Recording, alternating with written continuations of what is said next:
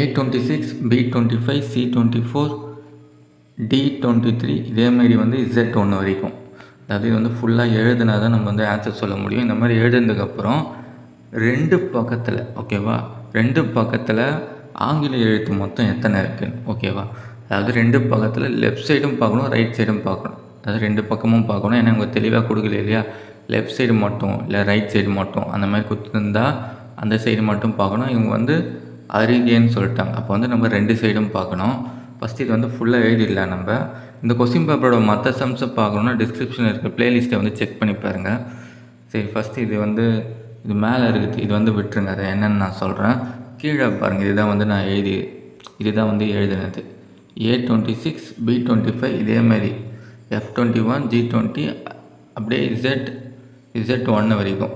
அதாவது வந்து ஏலேருந்து Z வரைக்கும் எழுதிட்டு அதுக்கப்புறம் என்ன பண்ணணும், 26, 25 பக்கத்தில் அப்படியே அதாவது தலைகீழே எழுதிட்டு வரணும். இந்த நம்பர்லாம் அப்படிலாம் நம்ம கீழேருந்து கூட வைக்கலாம். 1, 2, 3, 4 இப்படியே 26 வரைக்கும். இந்த மாதிரி எழுதுனதுக்கப்புறம் 2க்கு அப்புறம் எத்தனை வந்து ஆல்ஃபபெட் இருக்குன்றதை வந்து கேட்குறாங்க.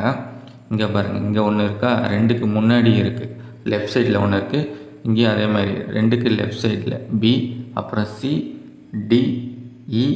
இங்கே பாருங்கள், இங்கேயும் 2க்கு இந்த சைடு ஒன்று இருக்குது, 2க்கு இந்த சைடும் ஒன்று இருக்குது. இது 2த்தையும் எடுத்துக்கணும். அப்போ அடுத்தது இந்த 2க்கு லெஃப்ட் சைடில் G. இதேமாரி பார்த்தீங்கன்னா எத்தனை வரும், இங்கே ஒன்று இருக்குல்ல, 2 பக்கத்தில் P இருக்குது. அப்புறம் இங்கே பாருங்கள், இது ரொம்ப முக்கியம், 2க்கு 2 சைடும் இருக்குது பாருங்கள்.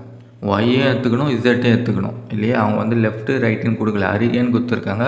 அப்போ வந்து 2யும் எடுத்துக்கணும். அப்போ மொத்தம் எத்தனை இருக்குது இந்த கவுண்ட் பண்ணி பார்த்தீங்கன்னா மொத்தம் 10 வரும். 1, 2, 3, 4, 5, 6, 7, 8. அப்புறம் இந்த YZ 9, 10 மொத்தம் வந்து 10 வரும். ஆன்சர்னா வரும், ஆன்சர் வந்து 10. இது வந்து நான் ஏன் எழுதியிருக்கேன்னா, நம்ம வந்து இந்த கேப் போட்டு எழுதுனீங்கன்னா ஒரு சின்ன மிஸ்டேக் பண்ண வாய்ப்பு இருக்குது. என்னன்னு சொல்கிறேன் பாருங்களேன்.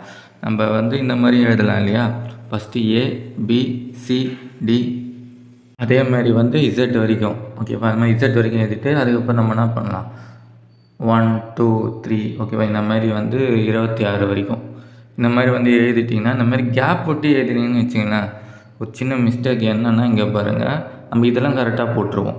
A இந்த 2க்கு பக்கத்தில் இருக்குல்ல, A, B, C, D, E, F, G.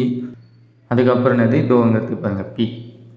இது போட்டுருவோம். இந்த இடத்துல பாருங்களேன், இந்த இடத்துல வரும்போது ஒய்யை மட்டும் போட்டுட்டு இசட்டை வந்து மிஸ் பண்ணுறதுக்கு வாய்ப்பு இருக்குது. அந்த மாதிரி பண்ணால் நமக்கு எத்தனை கிடைக்கும், 9 தான் கிடைக்கும். இங்கே பார்த்தீங்கன்னா ஆன்சரில் வந்து 9ம் கொடுத்துருக்காங்க பாருங்கள் ஓகேவா. அதனால் வந்து கேப் விட்டு எழுதினீங்கன்னு வச்சிங்கன்னா, இது வந்து நோட் பண்ணிங்க. 2க்கு 2 சைடும் பார்க்கணும், YZ. நீங்கள் கேப் இல்லாமல் இந்த மாதிரி அப்படியே தொடர்ந்து எழுதினீங்கன்னா பிரச்சனை இல்லை, நம்ம வந்து கரெக்டாக வந்து 10 வந்துடும் இங்கே. ஆனால் அவங்க எழுதும்போதும் இங்கே பாருங்கள், எழுதும்போது கொஞ்சம் கேப் விட்டு தான் இருக்குது ஓகேவா. நான் வந்து எழுதும்போது கொஞ்சம் பார்த்து எழுதுங்க கவனமாக.